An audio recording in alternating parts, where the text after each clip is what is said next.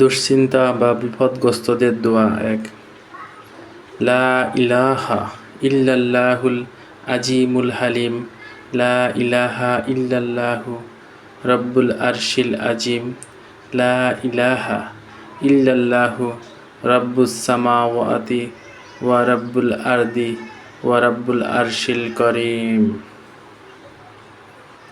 অর্থ: নেই কোনো মাবুদ আল্লাহ ছাড়া, যিনি মহান, মহাধৈর্যশীল, মহাবিচক্ষণ। নেই কোনো মাবুদ আল্লাহ ছাড়া, যিনি মহান আরশের প্রভু। নেই কোনো মাবুদ আল্লাহ ছাড়া, যিনি আসমান সমূহের, জমিনের ও সম্মানিত আরশের প্রভু। ইবনে আব্বাস রাদিয়াল্লাহু তাআলা বলেন, রাসূলুল্লাহ সাল্লাল্লাহু আলাইহি ওয়াসাল্লাম বিপদ বা কষ্টের সময় এই কথাগুলো বলতেন। আলী রাদিয়াল্লাহু তাআলা বলেন, রাসূলুল্লাহ সাল্লাল্লাহু আলাইহি ওয়াসাল্লাম আমাকে কোনো কষ্ট বা বিপদে পড়লে উপরের এই দোয়া পড়তে শিখিয়েছেন। এখানে আমরা দেখছি যে এই দোয়া মূলত শুধুমাত্র জিকির। এখানে কোনো দোয়া নেই, কিন্তু আল্লাহর স্মরণের মাধ্যমে তার কাছে আত্মসমর্পণ করেই দোয়া করা হচ্ছে।